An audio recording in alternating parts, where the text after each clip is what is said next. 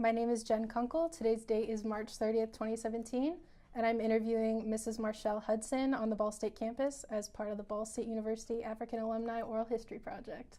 So I'm going to start off with when and where you were born. I was born in Muncie, Indiana, September 24th, 1963. And can you tell me a little bit about your parents? My parents, I was raised here in Muncie. My mom and my stepdad. Primarily, though, I was raised by my grandmother because my parents worked in manufacturing. And due to their shift schedules, my grandparents were the primary individuals that cared for the kids. So I kind of feel like grandma was mom while I have parents. Mm-hmm. So could you talk a little bit about your grandmother and your relationship with her? Yes, I was the oldest of 4 children. So I always considered myself my grandmother's child, in a sense, in a very loving and daring way, of course. So my grandmother was the head of the household in my grandparents' house.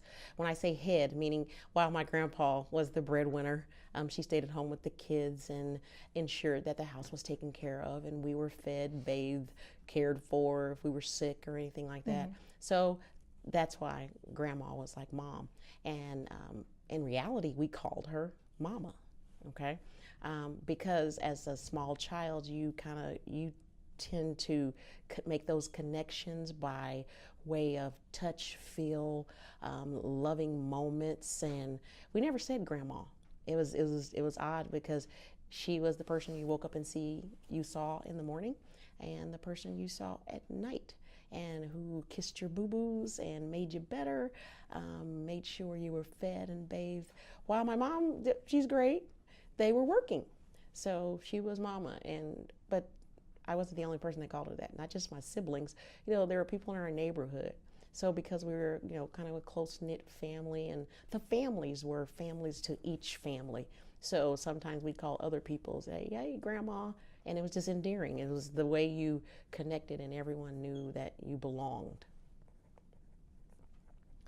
So do you think that being raised by your grandma sort of instilled different values in you than you would have experienced being more when you taken say care different by parents? values, I think I'm a very much sometimes I call myself old-fashioned, or I did learn particular traits and behaviors from my grandparents while they came from the South, and just even preparing of the meals or ensuring that things were taken care of, and I don't know, my grandma, like I said, I don't hope I tear up here, but that was mama to me. Or, people say mom, mother, or whatever, that was mama. So what might have been different a lot of times as I age now, I always say, well, my grandma used to say. So yeah, I think it was different in that she was a very caring, affectionate Christian woman. And I did pick up those traits. I sit in the second pew with her at church, for example, and she was an usher. So, that made me feel not just special because I was her granddaughter and I was like, the oldest, so I got to do those things. But I do know that the things that I did learn from my grandmother, being kind to people, never treating people differently, respect, those are some things that you weren't just taught them, they were given to you. It was a part of the fabric of your life and your upbringing. So while your parents can do those same things, grandparenting is different, and I understand that now because I'm a grandma. So I get it, right? So being raised by my grandparents, sometimes I helped take care of her, but she wasn't, and to me, she wasn't old. Yes, she was older, but she wasn't like incapable of taking care of herself. So it wasn't, that kind of situation. But she was at home. She had the apron. She cooked the food. She cleaned the kitchen. So I think that's where I got my house cleaning skills, ensuring that things were taken care of and in order. I know I got that from my grandma. Yeah. So you mentioned that your grandma was an usher in the church. Yes. Was religion a big part of your life growing up as a child? Well, we went to church every Sunday, Schaefer Chapel, AME, and while it wasn't, we were raised as Christians, but we were Methodist. It was Schaefer AME, African and Methodist Episcopal. We went to church every Sunday. It was important to go to Sunday school, and it was important to learn about Jesus Christ. And yes, my belief, we're rooted and raised that way. We didn't go to church 7 days a week, while I had friends that went to different, recognized different denominations and so on. But I think our church it was a kind of a neighborhood church. Not the only church in the neighborhood, but that upbringing, it was a sense of family. So it was a part of, you go to picnics, there's church dinners. We always say, oh, they're gonna have dinner after church, because you get to eat other people's cooking, and that was always interesting and fun. And I say interesting because as you grow, you go, okay, who cooked that? Who cooked this? But church was important because it was that sense of community again, and everybody knew everybody for the most part. So they knew who I belonged to. They knew who my siblings belonged to, so that part made you felt safe. And you learned a lot. Sometimes you don't realize as a kid the things you learn until you get older. You remember certain things you remember in your childhood that, well, you're not supposed to do that. Oh, you're supposed to be quiet when they do certain things in church, or you to be respectful, or you're supposed to stand when people read a scripture. I learned that from a very early age. So would you say, and this was in Muncie, correct? Yeah, this is Muncie, Indiana. So would you say that the church was sort of the social hub of the neighborhood? Yes, absolutely. Church activities outside of school activities, where they were probably second or third, depending on your family dynamic or things that you did. So that was important. You get up, and it was kind of like the dress up day. You have your church clothes and your school clothes, if you've ever heard something like that. What you wear to school might be your jeans or sneakers or t-shirts or what have you. But at church, you wore a dress, and that's how it was raised. The young ladies wear a dress, and young men wear, dress pants back then. And you probably could wear tennis shoes, but my brother always had, his little church shoes. And that was always cool because, when there was holidays, you maybe got a new church outfit or what have you. So that also led me to, I love to dress up because you look forward to dressing up on Sunday. So you mentioned food being a big part of the sort of church scene, and as well as growing up in your grandma's house. You mentioned that she cooked a lot. So would you say that food was sort of an important tradition for you, like culturally and socially? Well, I think having food, the aroma of food in your home, the gathering of individuals, food was always around, and I think that still rings true today. And even in my workplace, if you've got food, people show up, or if you tell people at an event, there's going to be food, and say the word free, they always show up. So in my grandmother's house, yeah, absolutely. Food was a time where we gathered and you chat and we talked. We had a big dining room table. And my grandfather, who also worked in manufacturing, there were times that he'd sit at the table and he'd eat his dinner because of what shift he worked. Then the kids would sit around the table, and we all had our own favorite chair, but we used to we'd fight over who gets to sit in his chair. And you'd swing your feet under the table, kick each other, make jokes, but it was our time to have fun. Or, oh, can I have that piece of chicken? Or you're not gonna eat your potatoes? Or I don't want that, you can have this. It was that time to have fun. Also, because my grandmother lived kind of it was a dead end, but there was another neighborhood kind of adjacent to it. When you get off the bus or you're walking home, you could smell what was being cooked in the neighborhood. You don't, unless it's barbecue, I guess, or something like that. You don't have that sense of, oh, I can't wait to get home because we can smell what she's cooking, right? And the first thing you walk as a kid, and I don't think this has anything to do with my age or anything. Kids still do the same thing when they walk in the door. Where do you go first? The kitchen. Absolutely. Right? Okay. So you know what? I see that has nothing to do with generations. Okay. But food was that opportunity at Christmas time, at Thanksgiving, or at Easter. While I've moved away from some of those because, I want to eat smarter and healthier. That was that time you look forward to certain dishes, that were only made at Christmas time, or certain pies or cake that were only made during Easter or Thanksgiving, or even New Year's, whatever. The holiday, it was in holidays, food. And that's still true today. Yeah. Could you tell me a little bit about your relationship with your siblings, their names and everything? Yeah. I'm the oldest, and then I have one brother. His name was Frederick. Is Frederick? I was like, was he still around? I have my next sister was Singleton. She went by a nickname of Becky. Long story, we won't get into it, but that was her nickname. And then my baby sister was Wendy. So 3 girls, 1 boy. So he had it rough. And what in a good way. In a good way. Yeah. And what was your relationship like with your 3 siblings? I was the oldest, so I had to do everything right. Mm-hmm. Now that wasn't always true, but I was the oldest, so I was supposed to, as you're growing up, well, you're the oldest. You got to set the standards, or you're the role model. With the exception of my brother and I, because we're only 1 year apart. I was kind of a tomboy. And he would say, yeah, she sure was. But anything he could do, I could do better. It was one of those. I'm not competitive in that sense. But with my brother, it was like this. Well, all the girls have to come in. And maybe the boys didn't for maybe additional 10 minutes. And I'm one of those young women or young kids like, well, why?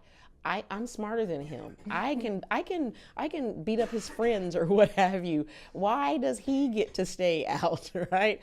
Or what have you. So, or I can ride a bike faster than he can. I can beat him in a 50-yard dash, whatever. So we kind of went back and forth. And to this day, he still calls me his little sister, only because I'm shorter than he is. And second, he goes, she always wanted to be my big sister. And I'm like, I am your big sister. But now as I'm older, I go, you can call me whatever you want, just don't call me old. So we kind of went back and forth. But we were born the same month. So for 20 days of the month, we were both born in September. He's September 4th and I'm 24th. So for 20 days of the month, we were the same age. So as I understand it, family members would say, they used to think you guys were twins. And we're like, we're not twins. While they say we look alike, and as we get older, maybe I can see it a little bit. When we were those 20 days, he'd tell everybody we're twins. When we're in school or, when we're in elementary, he's like, yeah, that's my twin sister. And I'm like, I am not. I am older than you. It's the same kind of kid-sibling rivalries. So, and then my middle sister, I think she truly is a middle child. While I love her, she was probably that middle child. Things had to be different, My baby sister was the baby sister. She was the one that by the time you got to high school or junior or senior, all the rules had changed. We can't date till you're 16 or 17. Oh, she had a boyfriend at 14. So I was the oldest, so I had to be the role model, so to speak. While I didn't understand it then, because I'm just a kid, but okay, I get it now. So other than the church that you were involved in, were there any other organizations or activities that were really important to you as a kid? As a kid? Mm-hmm. Wow, we did a few things. Besides church, it was associated with school events. I was in 4-H for a little while. Let me be clear, for a very short while. I went to summer camp. I did that once. I'm not an outdoors person. Wow, I loved playing outside until I realized I didn't like it. Does that make sense? I don't like bugs and birds. I do not.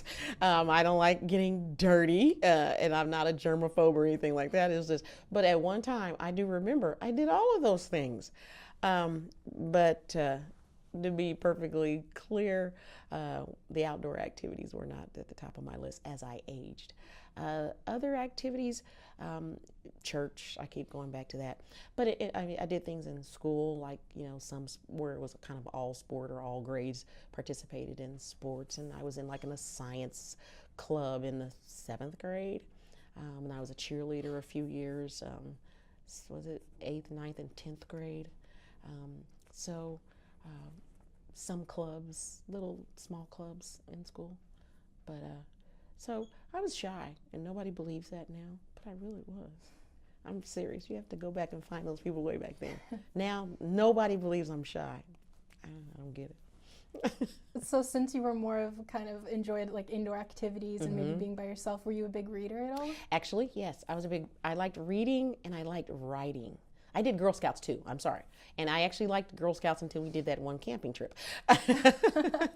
So I think my grandmother used to say that I would take a notebook or a book that she didn't want anymore, and I would just write circles or just trace the letters. I used to like to color, and it had to be in the lines, and I always wanted to enter coloring contests that were in the newspaper. So I did some summer programs where you had to read so many books and you earn a prize. So I did those kind of things. Yeah. So I practiced writing my name in every style I could possibly do. I even did calligraphy as I got older. So I enjoyed those kind of things. So maybe I would never consider myself a nerd, but to some kids, I was that. I tell people now, I'll write for you. I'm not going to go, like cook a meal. So could you tell me a little bit about your elementary school? What was the name of it? The name of my is Longfellow Elementary. And it still is in existence today. I went to Longfellow from kindergarten to 5th grade, and that was fun. It was 4 or 5 blocks, maybe 6 blocks from my grandmother's house, so we walked to school. I remember when you used to get let out of school to go home for lunch and then go back to school for the afternoon. My kids think I'm really ancient when I tell them that story. What? And I go, yeah, it was probably up till maybe 1st or 2nd grade. And just think, we walked home to get lunch and then walked back to school. That's like unheard of today. So that was always fun. And you did it with your friends. You always had that group of friends that lived on the same street or the same block as you. And then we all would walk back to school. And then when that changed, we started bringing our lunch. And my grandma, that was another thing, making your lunch and having that treat in there. Reese cup was my grandma's treat. She'd always put a Reese cup in your lunch and do that. That was kind of special. Or you like peanut butter and jelly, or let's say a BLT or something like that. Those are kind of cool besides the standards, a bologna or a ham sandwich or what have you. So I remember those things as being neat. And I was, like I said, I was that kid that liked to write and draw. And I was in a 3rd grade advanced experiment of course. And I don't remember the name of it, but what was cool about it, at the time I didn't think it was too cool because I had to be in class with these older kids. So it was like 3rd to 6th grade.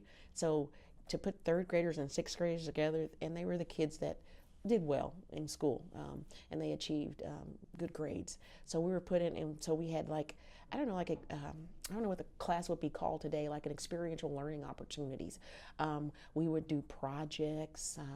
You do like extra science. You do science projects that weren't done in the typical 3rd, 4th, 5th, 6th grade classes, or projects. So some, like one kid, they would build houses out of cardboard boxes and make just like mini architecture classes, but all the materials is what the teacher brought in, and they do those kind of things. And there was one kid that did things with birds and things like that. I think I was more the not the artsy person, but I'd like to write and maybe draw.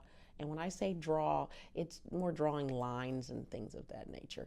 But I was that reading or writing kid. It was always cool because I always think, gosh, they built a dollhouse out of a big box that used to have, I don't know, food products in it. But they were very meticulous, and they built the furniture.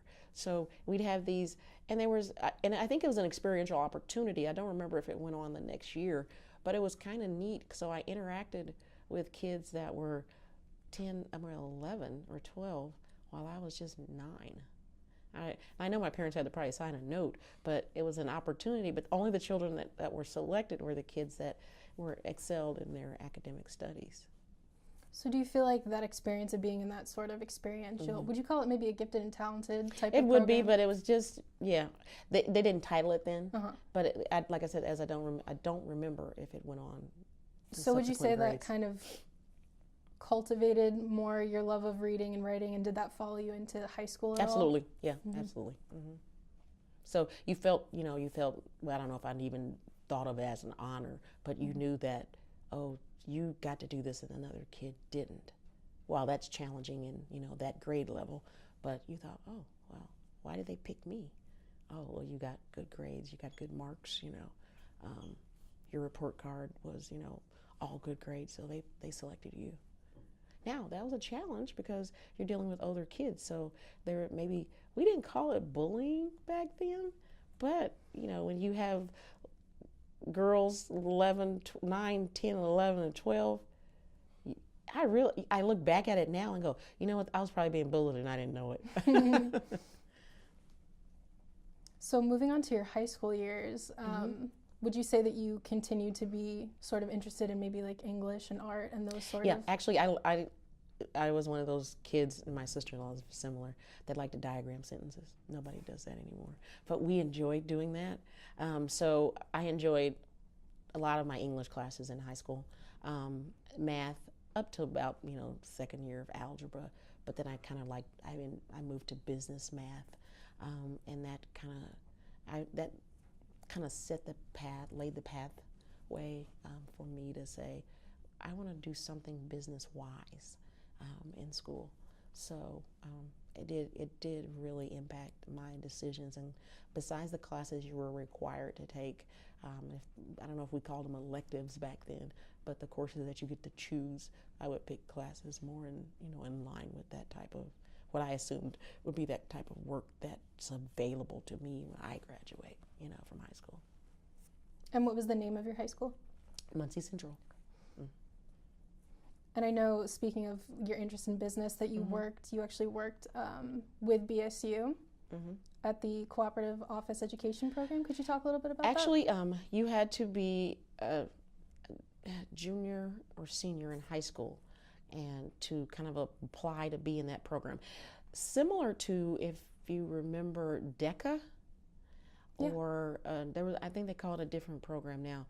There was another program, but COE was Cooperative Office Education, and those students who did well in, don't even laugh when I say this, typing. I took shorthand, that took business-related courses and had an interest. He kind of did it. Phil Carey was the coordinator of the program back then. He interviewed you, and so it was selection, but if you showed interest and you wanted to do this. So you'd go to school, your first 3 or 4 classes in the morning, and then you would be released from school, I don't know if it was 11:30 or 12:30, and then you'd go to where you were placed. He would go out and vet these organizations who were willing to have high school students come in and have an office experience. And that was kind of cool, because you get a little paycheck, but you earned credit. And myself and a couple other young ladies or girls, we were kids, we got Ball State. So I'm coming out to this campus, first time being in in any of the buildings, and I went to the placement office, which is no longer here. It would be what you call now career services. And could you talk a little bit about what you did in that job and whether it was a positive experience for you? Well, first it was intimidating because it was all these, old ladies, and I was the youngest kid on the block, right? And of course I knew that, but it was kind of like having 7 or 8 mothers in a room, right? And my job was basic office assistant work, filing, alphabetizing papers. What I remember that was unique about that position is we did filing parties. When they couldn't find someone's file, and this is individuals who had graduated from the university, and when it was time to apply for a job, the companies or the individual will request their credentials. And we were to make photocopies of those and package them up to mail to various companies. Can you imagine how that happened? Manually. And we had filing cabinets, at least 20, 30 filing cabinets. We worked with microfiche. I had to transcribe transcripts from microfiche. I actually ran across David Letterman's transcript. I can't remember the lady who was on, it was another TV show. Oh gosh, it'll come to me later. Her transcript, and I can see her face. It's going to bug me now. So I'm going, I'm in 12th grade going, I didn't know him at the time. He didn't mean anything really at the time, his name. But a few other names, they were telling me about it, but I was like, I don't like to watch late night TV. So we had these filing parties. We'd come in and they go, I guess, okay, filing party. And you're like, what's a filing party? They bring in donuts or whatever, and we'd have to go through every file, because what had happened is somebody filed somebody's documents wrong.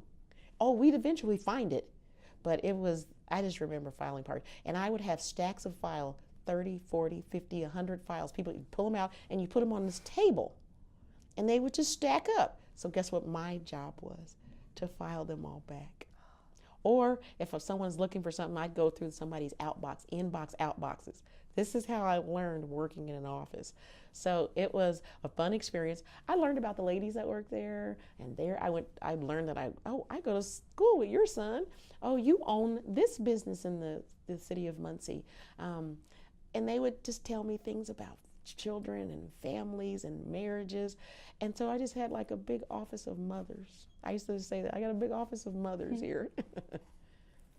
So other than that, were you involved in any other organizations or activities or anything like that? Like I said, I was a cheerleader the first 2 years of high school. Then COE. Outside of that, I don't know, high school was cliquish, as they still are. So you had your group of friends, and we would, we didn't do a whole lot. I had a boyfriend. You're not supposed to have a boyfriend until you were 16, but everybody, okay, he's a friend and he's a boy. Okay, Mom, that's how you tell. He's a friend and he's a boy. So outside of that, I was just focused on my studies. I thought it was fun. One class I didn't like was history. I like history now, but at the time, the teacher I had, and bless his soul, he's passed, he made history the worst class I'd ever taken in my life, because he read the book to you. So you sit in class, and here you are, 16 or 17, and he's just reading this big book, and we had this big book that you take home every now and then, but all he'd do is just read it to us. Come to find out, some of that history wasn't accurate, but anyway. So, and then we get this test over who knows what. That was the class where we all go, here we go to Mr. Blank's class, and this is what happened. So I did things like that. So I also worked at school. It wasn't a job that you got paid for, but like a teacher's assistant, and that was cool. Once again, filing, assisting with things at her desk, organizing papers. I've always been that kind of person, or those skills came easy to me, or I enjoyed doing things of that nature. So while I wasn't the outdoors kid, I wouldn't, like I said, kids were cliquish, and there were probably bullying in high school. I don't think I was a bully in high school, because I had two sisters, and I was the big sister. So if anybody said anything to one of my sisters, they better know they can't say anything to my sisters now. I am the shortest. I am the shortest, but I was pretty mighty. So I think I got that strength of character from my mom. So they'd go like this. That's Marchal's little sister, like this. So not that I was a big bad anything, but it was just known we stuck together, So I think that was something I do remember, and you think about that when you're older, that we were like three peas in a pod as sisters. My brother was there, but it was like the Allen girls, then there were the Lee girls, and there were the XYZ girls. I'm going to rattle all these people's names, but you knew the people in the school that were siblings. So those siblings, So so I always did things like that. I would volunteer in the office or do fun things like that. Accounting was one of my favorite subjects, and I still, what accounting was, and it probably was bookkeeping, but it was called accounting in high school. I still connect with that teacher to this day. So they kind of laid the foundation of the things that I like to do. So I know you were really close with your grandmother, and you said that you were like three peas in a pod with your sisters, and you also worked with a lot of like really good women. So would you say that those kind of strong female relationships that you built had an influence on you? Absolutely. That was something that was probably structured around me, and I didn't even know it. While my grandmother was the nurturing, loving, caring person, all the women that I interacted with in those workplaces helped strengthen my own personal character. My mother was a very strong woman. She was a take no mess kind of person, but she didn't back down. And I think I always joke right now, I'm only 5'2", but if I got something to say, I'm going to say it. why, and I still, like I said, I still say I was shy back then because I was. I really was. But I found my voice, and sometimes I have to find my place among the crowds of individuals who move forward. So I think they shaped my spirit in general, and my belief and confidence in myself. So they were quite impactful. The ladies at church, why they were orderly and kind and loving. They still, there was a method to their madness, so to speak. And then I go and work in this environment with what I call the old ladies. I still laugh now. I go, I'm the old lady now, guys. They were, it was, now, I will admit, they were kind of these, I don't know if they were all matronly, but, wife, mother, kids kind of thing. And I was like, I'm going to be a career person. I'm not going to be bottlenecked down or with this kind of stuff, That's just what you old people do. I'm not going to stay in Muncie, Okay, never mind. Fast forward. So would you say that working in the COE program made you want to go to Ball State after you graduated high school? Yeah, absolutely. Absolutely. I wanted to know more about the university. I wanted to be engaged in that culture. And of course, my goal was to pursue my education beyond high school. Mm-hmm. So what year did you graduate high school? I graduated in 1982. And after high school, you didn't move on to higher education right away? Not right away. I was actually working 2 part-time jobs. There was, when I was outside of COE, which was associated with school, so there was only like 3 to 4 hours after school, only during the weekday. Everybody in our neighborhood got a job in a fast food restaurant because that was like your money, okay? Your play money. It was just your play money if you want a new pair of sneakers, or should I say the sneakers that were in style at the time, or a pair of jeans that was, everybody had to have that pair of jeans. So I worked at McDonald's, and I tell everybody needs to work at McDonald's. And they say, why would we want to do that? Because if your customer service cannot be taught anywhere else until you work in an environment such as that, it doesn't have to be McDonald's, don't come around. I said, but I learned a lot of things there as well, from the business sense, not the food side, business. And I said, how things are handled, managing people and systems, those pieces of how I even interact with people and my communication skills were also shaped from working in a fast-paced environment like that. And the funny part is, many people in our neighborhood and our high school, everybody worked at one of those places when you were 16 or 17 because you wanted your own spending money, right? We like to go skating, or go to the dance at school or some event. Well, we had our own spending money. If you got an allowance in your family, that's great. But if you had a part-time job, that was even better because you could go out and buy, Vidal Sassoon jeans or something like that. I know if I say that now, people go, what? Or Calvin Klein jeans. Why, they still exist, but then they were like super expensive, right? You're in a family of 4. They're not going to buy everybody those jeans, right? Or Converse, which now they cost, some crazy amount. And it was cool to get the first, whatever it was, line on those. So that was another real important part of the fabric that kind of turned me into who I am. So I've always been one to, while I was graduated in 82, I probably started working in 81, maybe 80, just part-time, just doing something. I did things in the neighborhood too, like to roller set. I was never into doing anyone's hair. But, the roller set with the clip rolls, mm-hmm. If you grew up in my neighborhood, you know what I was talking about. And I get paid maybe $1 or $2 to go roller set the ladies at the church their hair. I didn't babysit. I didn't think that was fun. I didn't ever enjoy that. But roller set their hair or help them do something at their house. Or my grandma would say, Miss So-and-so needs this. And she goes, you want to do that for her? And she goes, yeah. And when you're done, she'd say, honey, here. And here you get 50 cents or $1. So I did those kind of little things. So earning money I learned that at an early age. My grandpa always said, nothing is free in life, sweetheart. And don't spend your money frivolously. Learn to save. but everything has a cost. So I remember those, and while he was saying it, I didn't know what he was talking about. I'm just trying to go buy me some M&Ms or, you know, a Pepsi or a Coke back then, right? You know, or some cool, like I can buy a bag of potato chips, some M&Ms, and a soda. You know, you were balling back then, right? But so those are some of the other pieces that, you know, as we sit here and talk today, it's like all that clicks back. Sometimes you sit and we reminisce. Friends of mine, we do that and go, do you remember such and such? You're like, the neighborhood store where you'd get 10 pennies and you could buy 10 pieces of candy. My kids look at me like I am a relic when I say that. I go, we had a neighborhood store and you'd go do that.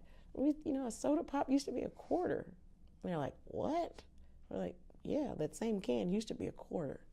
You know, so anyway, things like that.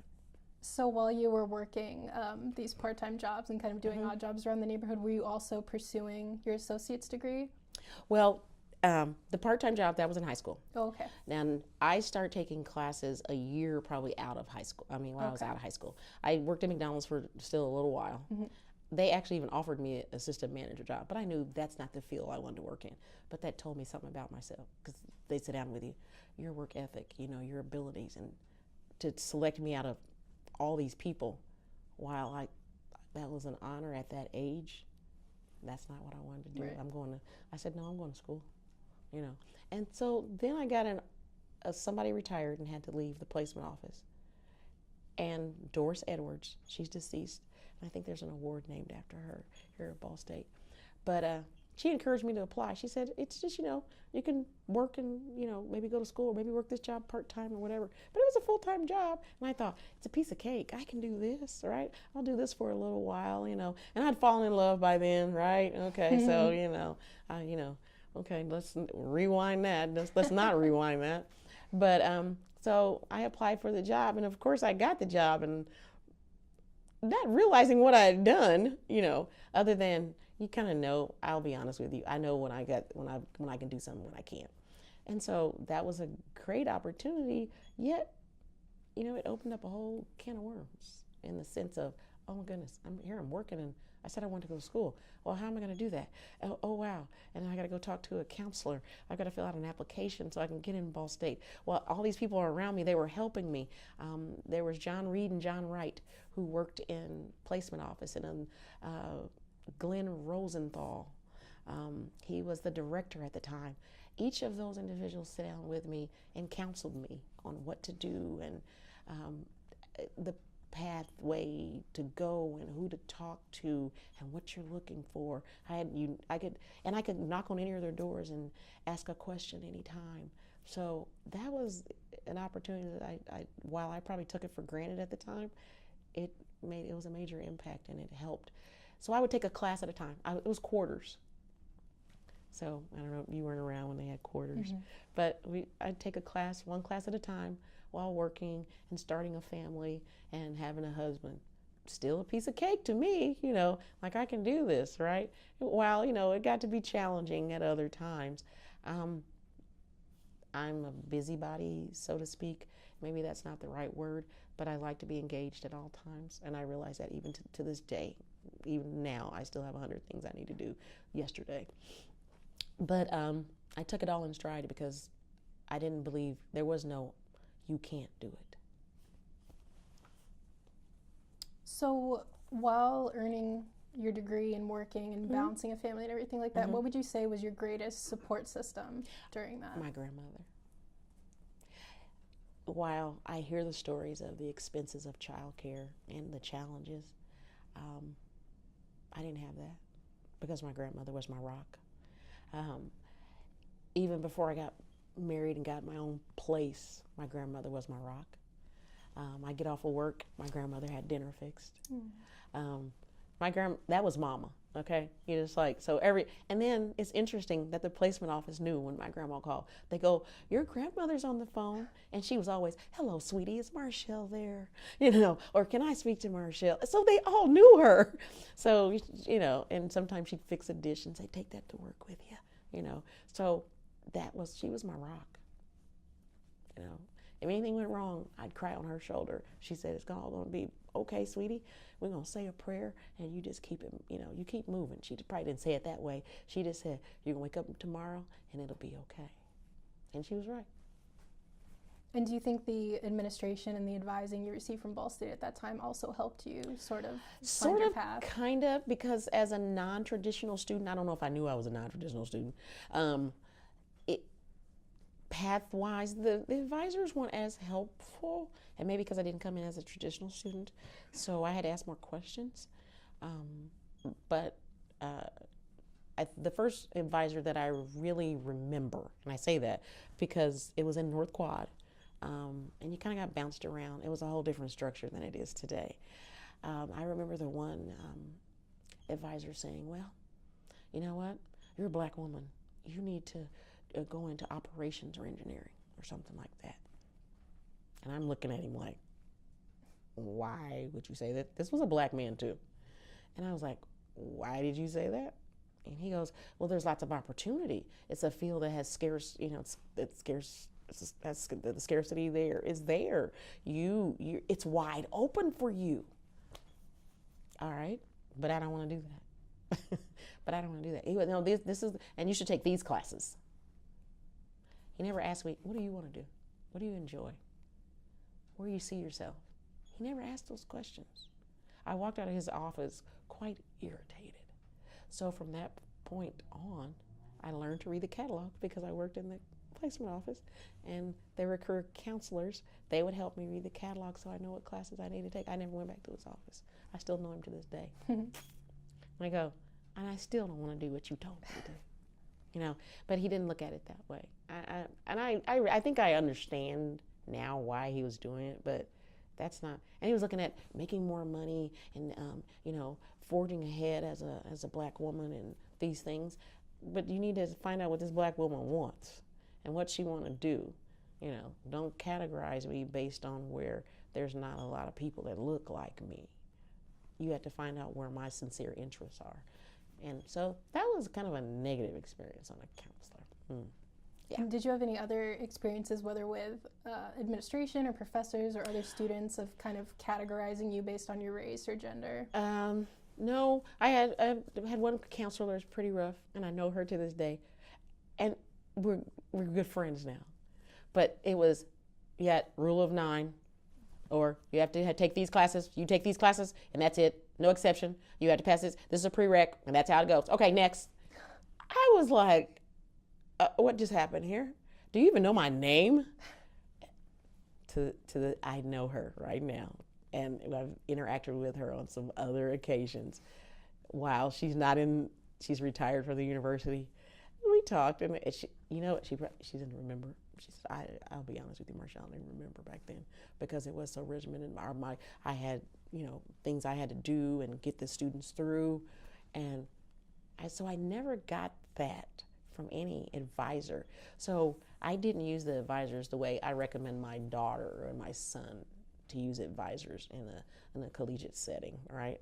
I told them I didn't have that. I said, we followed that book, which now is online, catalog of courses, and what to take. I did that. I with the guidance of a supervisor or another colleague in my the offices I've worked in. That's how I did it. So when you non-traditional, maybe I'm an outlier somewhere, but I still had professionals, individuals that had already attained their degree, or they were affiliated with the university. So they were like my guides, not in the counseling sense, in a counseling role. So Ball State has sort of a reputation, I guess you could say, of being maybe a little conservative, maybe a little insular. Mm-hmm. So was that your experience attending Ball State in like the mid-'80s?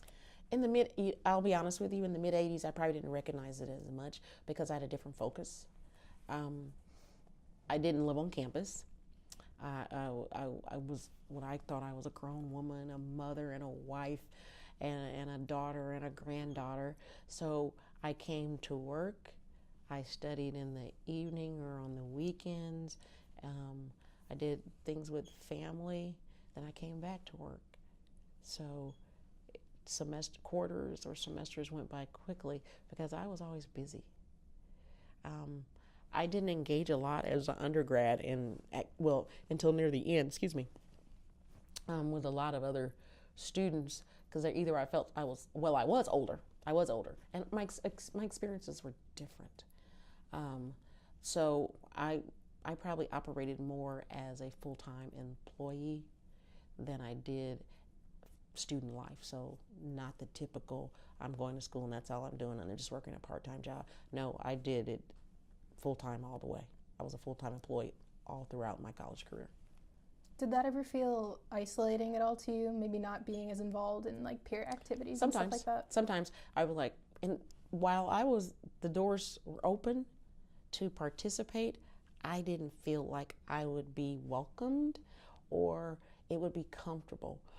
And my schedule probably wouldn't fit the times when they did other activities. My undergrad, I did join a business fraternity, Phi Gamma Nu, here at Ball State, and it was a great experience. While I was still a non-traditional, I think there was maybe one other non-traditional in there with me, Dr. Nafzinger, and there was, I can't remember who our other faculty advisors were. They were very encouraging, and it was a great opportunity. I stayed engaged just like I would anything else, and I got voted secretary, and then they wanted me to be the vice president. So, because that's the kind of dedication I had to it, while sometimes they go out and do things that, no, I'm not going to do that, the parties and some of those things. I would participate in events that worked within my schedule and have fun. And sometimes I go beyond the schedule, so I would be included and to make a more cohesive type of situation for all. I did that and had a great time, and everyone was great. But they also seen me as somebody as a resource because I was a full-time employee.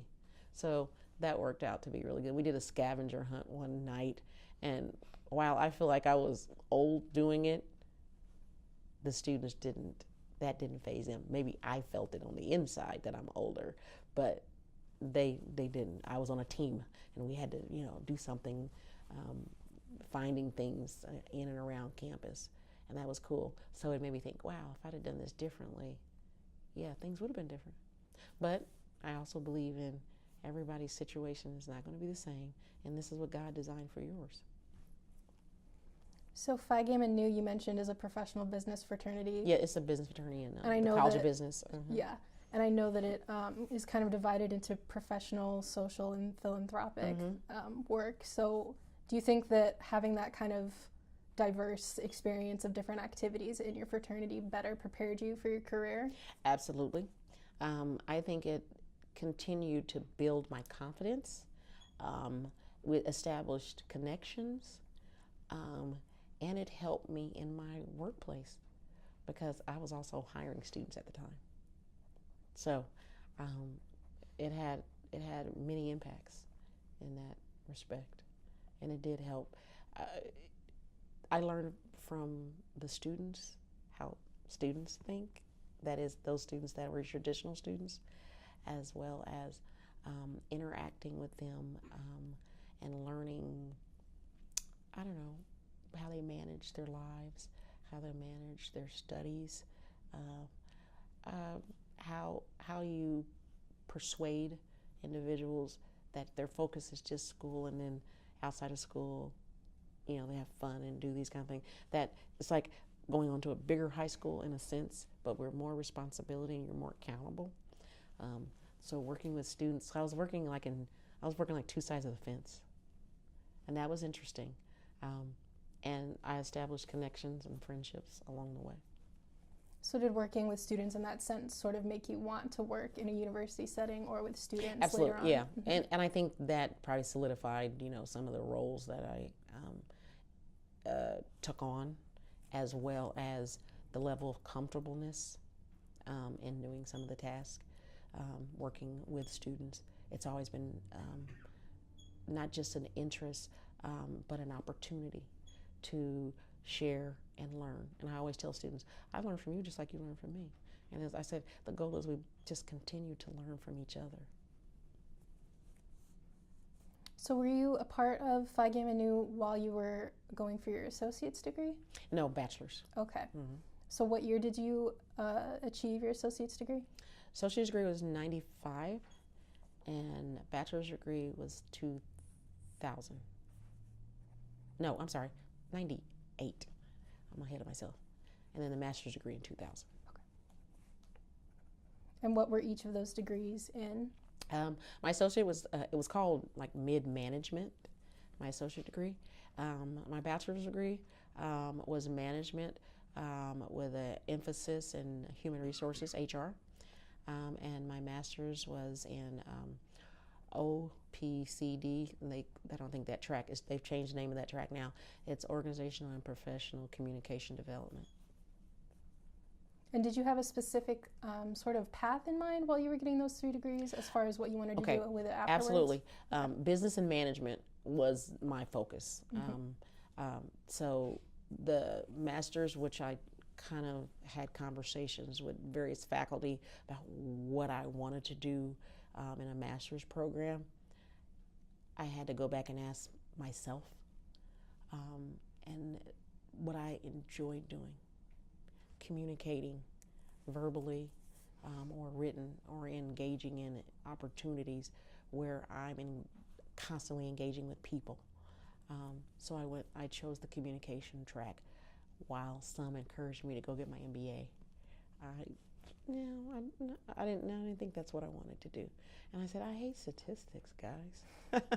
While you still have a statistics course in the master's program in that field as well.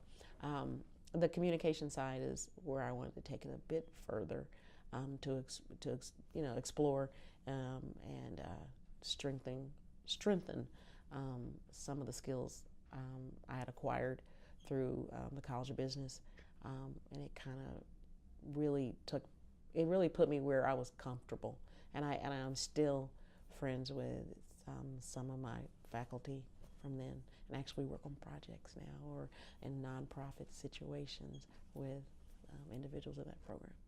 So were there any professors or maybe courses in particular that really had a lasting impact on you while you were pursuing that? Which one? Which degree? Any of them. Well, HR. There was my focus.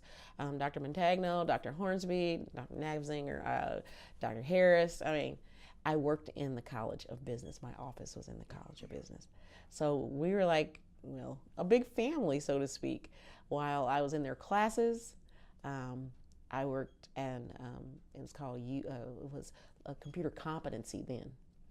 So we actually hired and staffed many computer labs across campus, general lab facilities. Software was installed in labs, not like it's done today.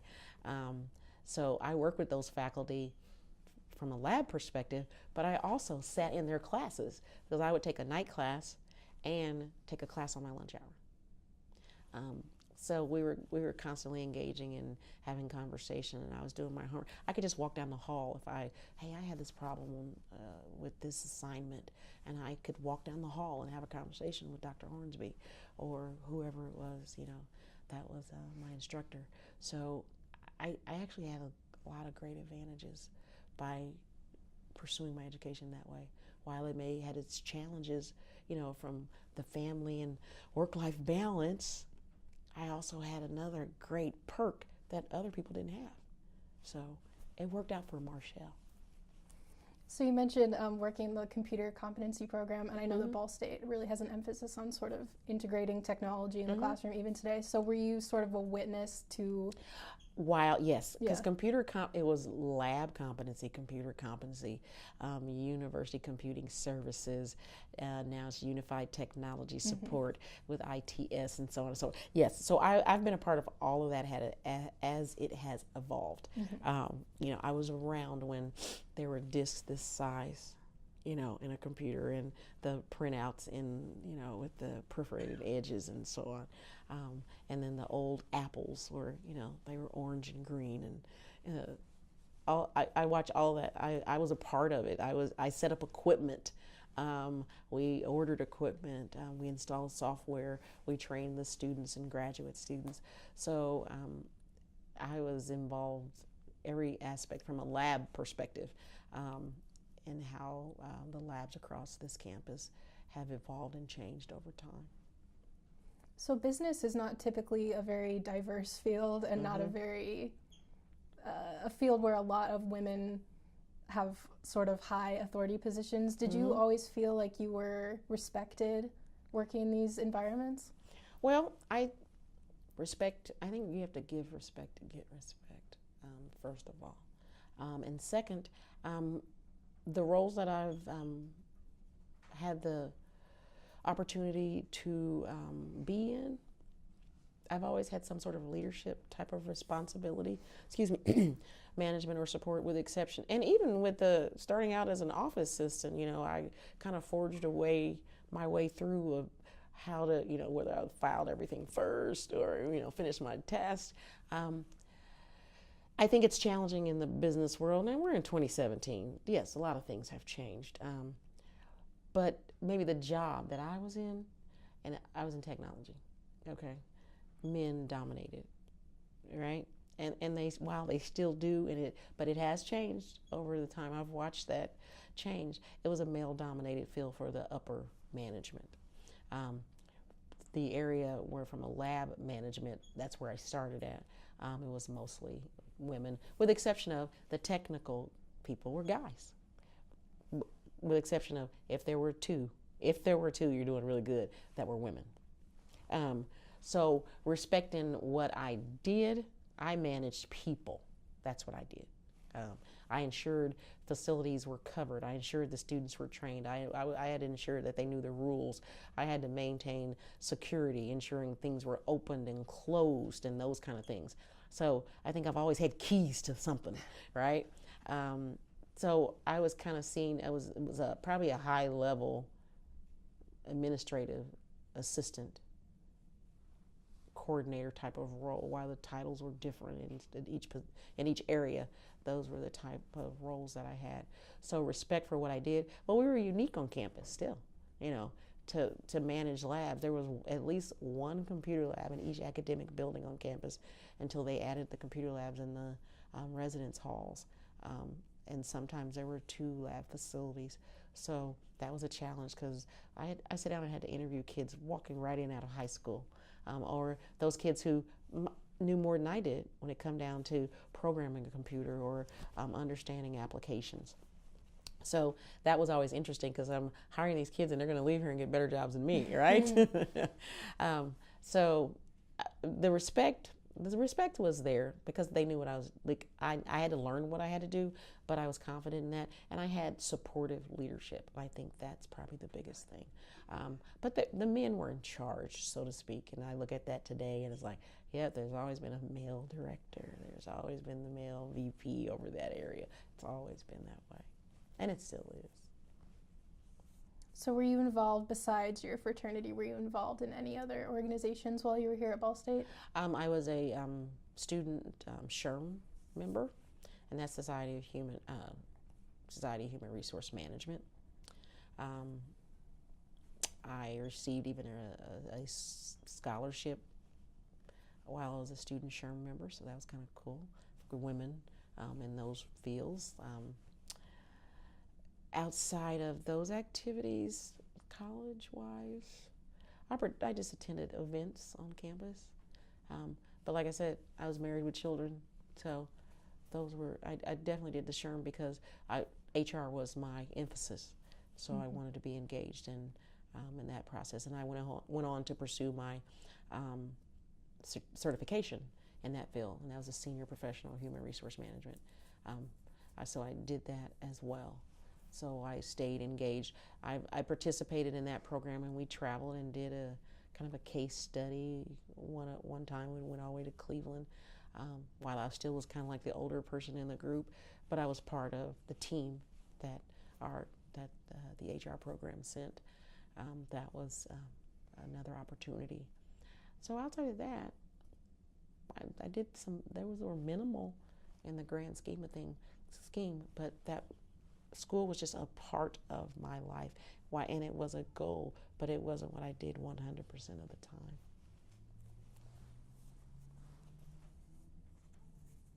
So after you graduated in 2000, what was your master's degree in? Communication. It was organizational, professional communication. Yeah.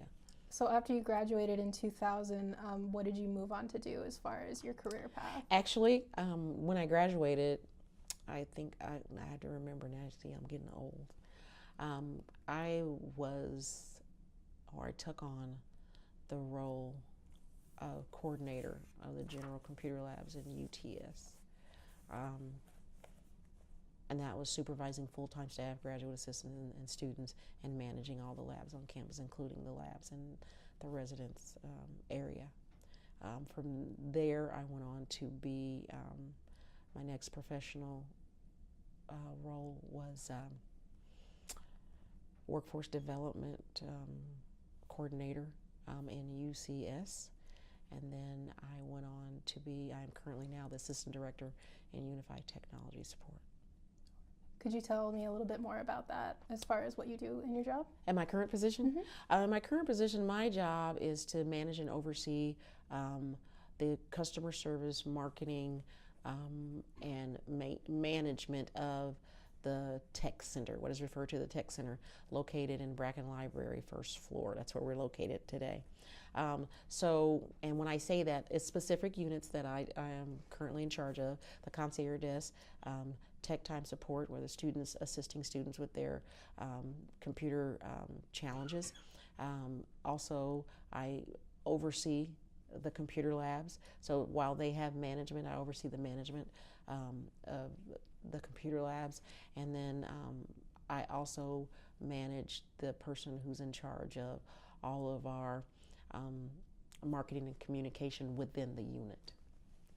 And did you know that you wanted to sort of stay in Muncie and stay within Ball State after you graduated? Was that your plan, or did it just sort of fall into place? No, that was not my plan in my head. I rolled into it. I evolved. Remember I said something early on, my grandmother was my rock. Yeah. I would always say that's probably why I stayed in Muncie. If I had to say there was one reason I stayed in Muncie, it was my grandma. My siblings moved, all of them moved out of state. And I was here. So guess when you got a call or check on something, everybody call Marchal. She's there. Marchal, he's there. And for a little while I was like, wait a minute now. Somebody else need to do these jobs, But I was here because of my grandma. I knew it. I was like, she's not going to move with me, right? So I'm staying here with her. And I think my whole family knew that. So would you say that even though you were so motivated in terms of your education and your career and your leadership and everything, would you say that family remains sort of your number one priority? How about family today is my number one priority? That is first and foremost, but God is first, then my family, and then my work. And that is the absolute order. And having lived in Muncie pretty much your whole life, and don't tell anybody that. Would you say that you have sort of a unique perspective in terms of the way that the city as well as the campus has changed over time? Yeah. And my view, in my opinion, is that Ball State was always this island, okay?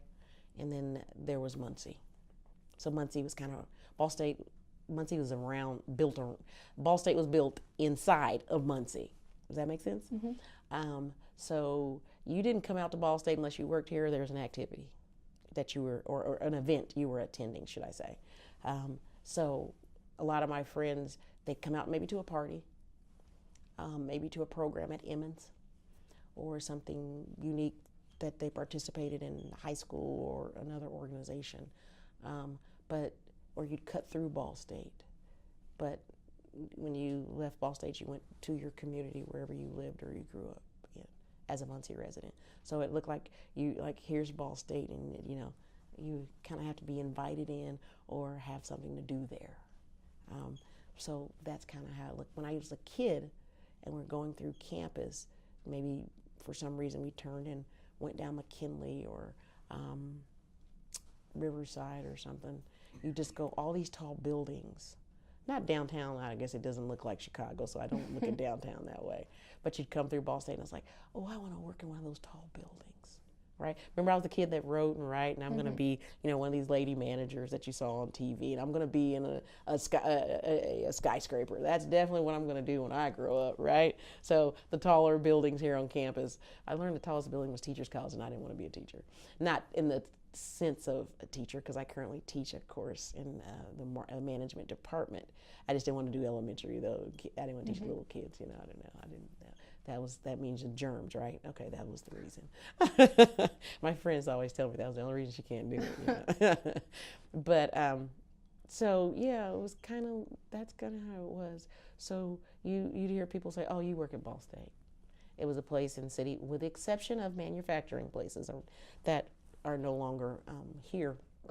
Ball State was the other place with the best paying jobs, or they have the best benefits in the city. Ball Hospital, which is now IU Ball, that was another place in the city. So those are like the big companies that you would, if you got a job in those companies, you'd have good benefits, longevity, retirement. You didn't even think about retirement back then, But those were those companies, excluding the manufacturing environments. I never wanted to do that because I was not one you could tell what to do. Can you tell? Right. They're like, no, I don't know. They're not going to tell me what to do. That seems like work that, I don't know. I can't do that type of work. And I wasn't going to the armed forces because that's people yelling at you. Not going to happen. I don't work well under those circumstances. Can you tell? I was going to have to be a leader. I was going to have to be the person that managed things. So those fields were like, like, no. No, I'm going to go somewhere where I love to dress up, right? I love to learn, okay? And I wanted to be in a professional environment. Well, where else in the city? It was Ball State. Besides banking in those kind of areas, but didn't want to do that either. So you mentioned before that your parents worked in manufacturing? Yes. So was it sort of an untraditional was it sort of like a non-traditional path for you to go on to higher education and go into the business field as opposed to doing something like that? I guess you could say that, and I didn't view it that way because that's what I wanted to do, and that's what our parents wanted us to do, to go on and pursue our education beyond high school, of course. But I was the first one in my parents' line. My mom only had one other brother, but so out of 4 kids, I was the first from my mother. Grandmother, I'm not sure if there were any, so I was the first. So, and to lead that charge, or the first, I was the first one, so that was simple. I was the first one of her kids to get a college education. And was that really important to you? It seemed like it was going to happen, but as I look back at it, I was just determined that that's what I wanted, and I knew I could do it. Yeah, there were hard classes, and there were many sleepless nights, but I'm goal oriented, and if you tell me I can't, because I'm a young black girl from the Whiteley community, I'm going to tell you, that's where I'm from does not dictate what I can do. And that's all I needed. My grandma always told me that. Anybody, it doesn't matter where you're from, it's what you do, sweetheart. Don't let that ever be a crutch. Did you ever feel like people maybe underestimated your abilities? Absolutely. Could you talk a little bit about that, especially growing up in Muncie? Yeah, you're going to school, you got kids, you're married. You can't do that. Or you can't be a good mother and do that. You can't be a good wife and do those things. That was like fuel to my fire. Because let me tell you, I can do all 3 or 4 and not blink an eye. No, I wasn't perfect, but saying I can't do it wasn't an option. No, I'm not Superwoman, but to say, oh, you can only be this, and I took it 2 ways. That's what you just tell young women. I was always told, don't go to school to get an MRS degree. And the first time I heard that, I was like this, what is that? No, young girls go to school so they can get married. Really? Where do they do that at? Well, I learned after reading articles and watching movies and different things. I was like, oh, I guess that is a culture, or people do things like that. That wasn't even a thought. Like, I was never raised to do something like that. You don't do that. That's not why you went to school, or that's not why you went to work. My independence and my confidence in myself just didn't. I didn't think that way. Okay, I was programmed differently. Okay, so I just didn't. I don't even understand people that do that. I would have cousins that say, "Oh, you can't do that and be a good mom," or how do you do it? And I would go, "How do you not?" So I'd bump heads with some cousins who'd go, "I don't know how you're doing that." Well, you pick up a book and it's called reading. Oh, I'm sorry. Yes, I could be sarcastic at times. But I think the more you challenge me, the more it just, like I said, it was just like adding fuel to that. It was like full speed ahead. Did you have any role models in your life? I know your mom obviously worked in manufacturing, whether in your real life or maybe in the media or anything like that, who kind of gave you an example of a woman who was having a family and going to school and working all at the Absolutely, same time? and I hope I don't cry when I talk about this. She's still living today. In one of my positions at Ball State, it was after I left the placement office. I went on to work in it's special collections, which is now, it's called Archives and special collections? Thank you. Yeah. Archives and special collections. And my supervisor was Dave Tambo. He went on to move on to California to teach out in Southern California. He was never an Indiana guy. I didn't ever study because he was a great guy. But anyway, he hired me, and it was still kind of office assistant work, but it was unique. And I had no clue what I was going to be doing here. While there was a position description, still kind of vague. And then his assistant was a lady by the name of Nancy Turner. And then there was a GA and a couple other interns. So I walk in that first day, I have no clue. I'm going to be doing some filing again. I was pretty good at filing, right? Party. Yeah, this is pretty good. And I can do basic answering a phone. So those kind of things, piece of cake. Like, those are like no-brainers to me.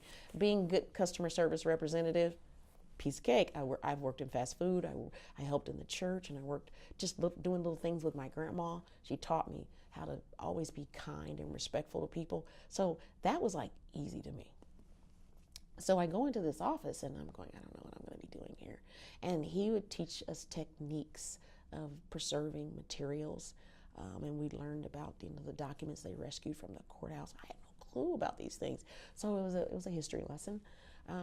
But anyway, so as I'm going through this, I had this great supervisor, and Dave is just this kind of unique guy. He was an archivist at the time. I had no clue really what that was. I had a bad day one day with family, just life in general, and I was really upset.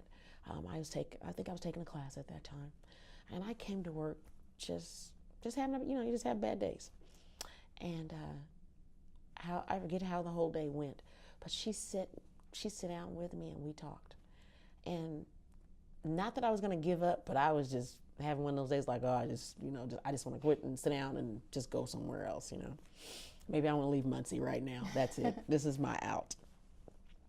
She said, and I don't remember the words exactly, but she said, you know what? You can do anything you want to do. Well, I knew that. That's what my grandma told me. I've heard that all my life. Okay. No one ever tells you when you get to that fork in the road what to do. So she was working. She was finishing her bachelor's degree. So that was something we had in common. And she was quite older than me.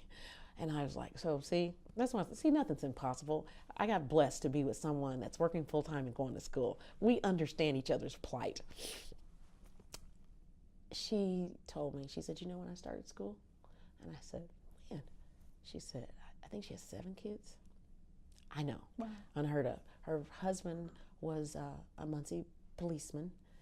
He was like an assistant chief or something in the police force in Muncie. And she said when my youngest son started, I don't know if it was junior high or high school, that's when his name is Jay, he's a policeman to this day. That's when I started school, college. And I'm looking at her like, so how old are you? And she said, and I did it, and I'm doing it right now. And she said, don't ever give up.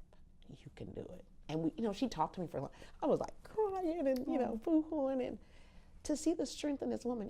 So you telling me you got 6 kids. I don't have that many kids, but you have 6 kids, and she was a stay-at-home mom. Her husband was a policeman. She told me, how rough, how good times and bad times. I looked at her and I'm thinking, maybe she was in her 40s at the time. But to me, okay, once again, I'm looking at, well, that's old, right?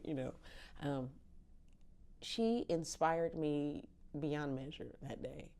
And I was full throttle at that point. I can do this.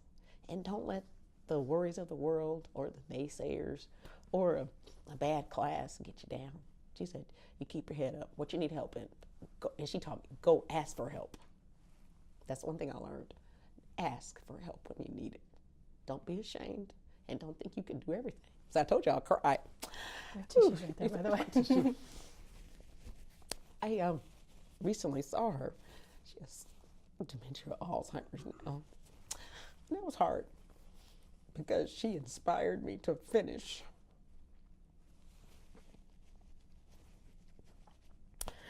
Whew. And I love her to this day. She was the one role model at Ball State that says, you can do it, and don't let anyone tell you otherwise. And I was like, ooh. I see her daughters from time to time, and I worked with several of them, in other full-time opportunities here at Ball State, and served on a few committees here at Ball State. And she really got me through. And after that, rest is history. The rest is history. So do you still think about her and sort of her advice and the values that she gave you in your daily life? Literally, I just saw her, it may have been a year ago, and I think they were celebrating her, I don't know. I know she's over 80 now. I just gave her the biggest hug. I don't know if she remembers me. I'm sure she does. Mm-hmm.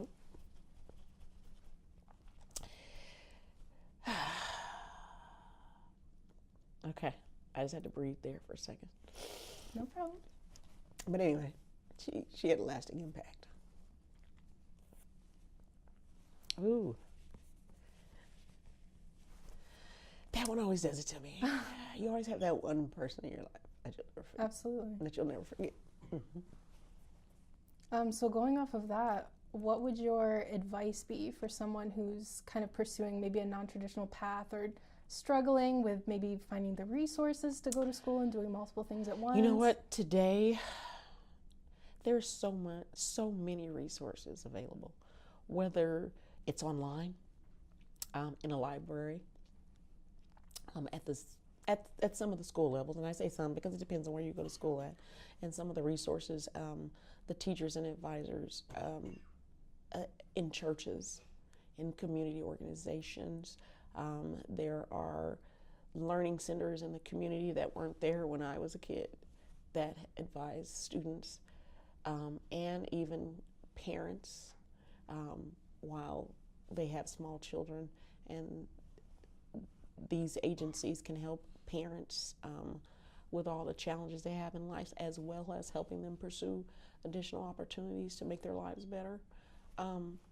Ask questions. Never, don't hesitate and sell yourself short because the resources are available. Access to the internet is just so much out there now. Everything on the internet's not right, and everything on the internet's not true. Please believe that that's not the case. But the exposure to so many different things today, the access to financial support, the access to other types of opportunities to attend school online. There are schools that even provide you the opportunity to take your professional experience and give you credit. Those kind of things just were unheard of back then. So if I had to give advice to anyone that did the non-traditional route, is take your time, ask questions, don't beat up yourself. Understand that you're just one person, and there's support systems out there that weren't out there when I had it. I had maybe one person or two people. They weren't the only person, because remember in placement office I had advisors. Each job that I worked in, and I worked down the hall from my professors. I mean, all of those people were instrumental in my pathway to achieving the education that I did here at Ball State. But just don't take it for granted and ask those questions. Stay engaged. Believe in yourself, and I think that's one of those big things. Now, millennials, maybe that's you. You guys look at things differently. I have a kid that's a millennial, differently. Just look at, that's a whole nother interview we won't go into, because okay, when I look at this old thing, that's just how the old people did it. Oh, that's just how you had to do it because of your economic situation or what have you, I'm like, these are my own kids, right? And I'm going like, all right, okay. So, but if I had to give that advice to another young mother, and I actually have, you know what? You don't have to take a whole course load. Take one class at a time.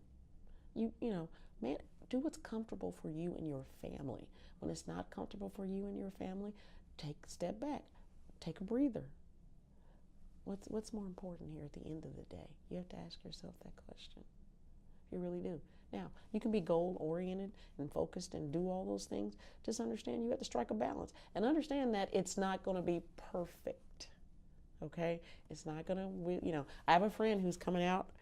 She has a daughter going to graduate from high school, and she's finished her degree, and she's been on the dean list the last 3 semesters. She's in her 40s. Dang. She said, you know what? Going to school as an adult is a whole lot different than coming out as a high school student. She said, I sit in classes. She's in another state. She said, I sit in kids' classes. My focus is different. Mm-hmm. I know what family is. I know what being a wife is. This is a goal. This is something I put off to raise my family. And so I look at it totally different. My view I look at it from a different window pane. So I said, but you'll be competing with those same graduates. And she goes, yeah, that's a whole nother conversation. But she goes, her kids aren't doing that. But she goes, you're right. It was something, I said, I can't do this. And once I did, she said, once you get started, you can't stop. Like the young kids, once you get one tattoo, you got to get another one. I don't have any tattoos, and I don't understand that logic, okay? But I said, yeah, once you get started, you can't stop. And then once you pursue, I wouldn't want to get my PhD. I was encouraged highly. It was like, you better go do that. I need to go to another school. But family and things going on in my life at the time did not lend itself to that opportunity. I probably could have done it. And I'd be done with it. And maybe I wouldn't be sitting here today. But I said, you know what? That is not probably what I want at the moment. In hindsight, I still don't know if I would have wanted it. You know what I'm saying? But that was my next path. I had lined up schools. I'm going to, vet and see what's going on. And then I said, no, I can't do that right now. Kids are teenagers, yada, yada, yada. So I don't know. A few faculty were like, Marchal, have you applied yet? Oh, okay, I had a lot of supporters. And do you know what that's like to have that people like in your corner? I had the luxury of all those supporters. And I told them, if one of you guys write me a check, we'd be good, A lot of laughing. I think, if I'd asked the right person, I might have got that check. But, that wasn't, what I said, it wasn't in the cards at that time. I didn't think it was the best decision for me. But it doesn't take away from the wonderful experiences I had between now and then. Between then and where I am today. Do you think that you ever would want to go on to get your PhD or maybe change career paths possibly? I don't know if I'd change career paths per se. Mm-hmm. I'd probably just go into teaching. Teaching, as I said, I've been teaching. At the university level? Yeah, I've been teaching at the university level, adjunct status, for over, 12, 13 years. And it's been awesome. Once again, where am I at? I'm engaging with the students, right? Mm-hmm. And I learn from each class, each semester. I go like this. You guys, I'm 21. What year would I have to be born in? And we have a good time. But I share real world experiences. from the old days, and then I bring them to the present. But it keeps me engaged. I enjoy that aspect of learning, and seeing them go off into these great careers and these opportunities. I think I get a bigger kick out of hearing, "Oh, Marchal, I got a job at Lilly. Oh, Marchal, I got a job at Pricewaterhouse. Oh, Marchal, I have one that went on to Microsoft." So you like, I brag about them because not only are they the future, but I enjoyed learning with them. And then I reach out and say, "Hey, you want to like talk to the class and tell them about what you're doing today?" Oh yeah. Then they reach back and say, "Okay, yeah, Marchal, we'll do that." So those are connections I'll have for a lifetime. Journalism teachers and other individuals that are in counseling now. So that were my former students. I have a GA that I still connect with to this day. And students, I've been at their weddings, and they keep me informed of the birth of their children. I told them they're making me really feel old. That's what they're doing. But they're lifelong relationships. I don't have to see them every day, but we always remember each other. I still get Christmas cards from 3. And I still know a lot. Because every now and then somebody will walk in I'll walk in the store. I've been even out of state, and they'll say my name, and I'm going, who are you? Or I don't get that look. I was like, and they go, "You remember who I am?" Because I've hired hundreds of students, right? But they will remember me. And we'll go back, and it's like I had an impact. They had an impact. Once they say, "Oh, I worked in the Robert Bell lab. I worked in the Burkhart building. There was a lab in this building, Burkhart building lab. I worked in the Student Center lab. I worked here. I worked there." And I was like, "Oh yeah." Or they tell me something they did that was unique and different. That, "You remember he used to tell us we couldn't do such and such." And I have a few students that work at Lilly, and they'll call me, "Hey, Marchal, I'm in town. You want to go to lunch?" Things like that. So those are relationships that'll be a lifetime, and I remember. And I was a part of their life, So I enjoy that. I enjoy the status. And I think I was like, do I want to teach full time? Maybe. And after maybe, I don't know, a few years, I keep thinking, I keep kind of touching back and going, should I? Should I not? Should I not? Then there's all these places I want to travel to and do. I just have that bucket list. I didn't know what that was, and now I have one, and it's getting deeper. So I got a lot of things to do. What's number 1 on your bucket list? I'm going to skydive. That's what I'm going to do. My husband and all my siblings and my friends think I'm crazy. Like, why do you want to jump out of planes when you're afraid of heights? I don't know. I just want to be that closer to God, I guess. I don't know if it's necessarily number 1, but it's the most riskiest thing that I would want to do. I just enjoy traveling. I do. I enjoy traveling. Not to cold places, though. Yeah, I know. I live in Indiana. I don't complain. I don't complain out loud, that is.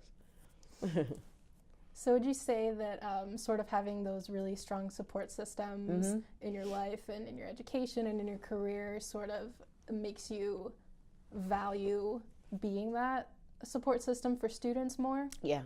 And sometimes I think, am I worthy?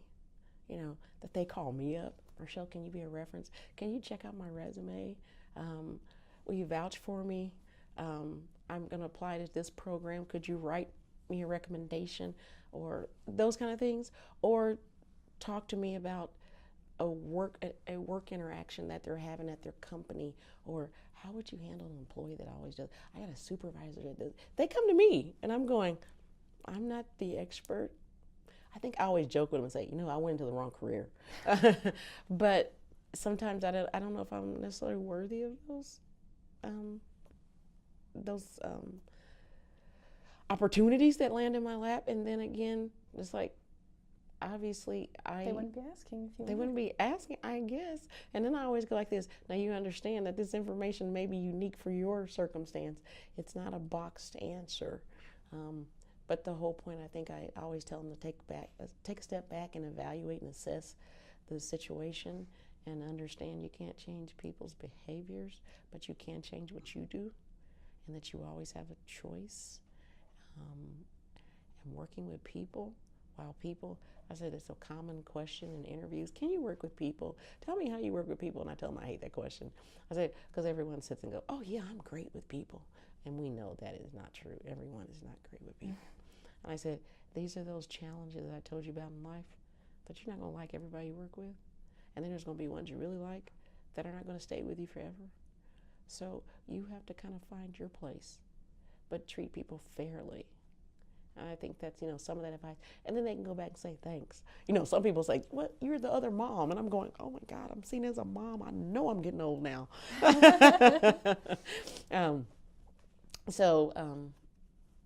That does put me in that unique place.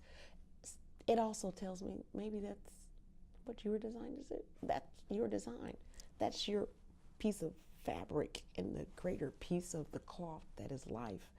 This was your role.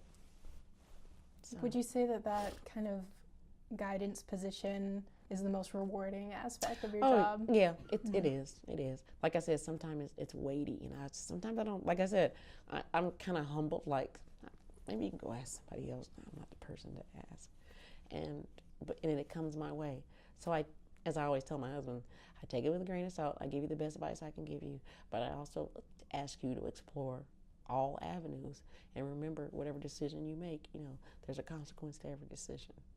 So while my advice is not perfect, it is the best I can give you based on my experiences. And do you think that being a mom and a career woman and an educator gives you a unique sort of perspective in those situations? Absolutely. Mm-hmm. Okay? It's like all that bottled up in one is going to roll out. Some days I sound like just a mom. Some days I sound like, okay, she's too business today. You can't talk to her today. Other times I sound like a psychologist, which I told them I would never be in that field because of some situations I go like it's jump. And that's a long story. But I used to want to, I started out, and I didn't say this in the beginning because business is always been something. I didn't know where I wanted to go in business. I learned that I liked human resources and I liked communication. While the two didn't connect on the curriculum levels, but I knew how to make it work for Marchal. I thought about psychology. I used to think that was great because I wanted to understand people because people are crazy. Then I realized after one class, I don't want to do this. I don't believe everything Freud says. That man was nuts. Okay. Now, I'm not evaluating the credentials of the faculty person that was teaching me or the textbook in which I was reading or anything. I just didn't agree with it. Remember, when it doesn't agree with me, it doesn't work, right? So when people come to me in those unique circumstances and I feel like that guidance counselor or somebody asking you a question that pertains to their life, I'm going like this. I'm in the wrong profession. I could have made a lot of money off all y'all. And that's my joke. And I go, and then there's the ones I say jump. See, that's why I couldn't be in the profession. It's a joke. But I go, so I have friends that were in that field, and I go, they're richer than me, but they didn't tell a lot of people to jump. They should have. It is truly for humor purposes. Yeah. So what would you say, out of all your experiences, would you be the most proud of? Wow. Lasting at Ball State 35 years. Yeah. I don't know if I'm most proud of that or that's just the way it happened. I'm not ashamed of it, but most proud of the experience and having the opportunity to sit down with you and know that somebody's going to see this 50 years from now, maybe. To be asked to do something like this. I didn't ever think I would. Oh my God, I'm getting old again. So I never think I'd be in a position to talk about my life, and someone else is going to see that. Well, I'm so glad that you decided to participate in this. Yeah, and I just oh my goodness, I'm not like everybody else. Mm-hmm. And that's what, and that's okay. That makes me who I am. That is exactly who I am. Well, I think that's a fantastic note to end on. So is there anything else before we end that you would want to bring up or talk about or let people know? About anything. The floor is yours. Life is great. Life is great, and it's all in how you look at it. So live it to your fullest. And no matter what you do in life, do the best you can do. Okay. Well, on behalf of the Ball State University African American Alumni Oral History Project, I'd like to thank you so much for your participation. It's been an absolute pleasure talking to you.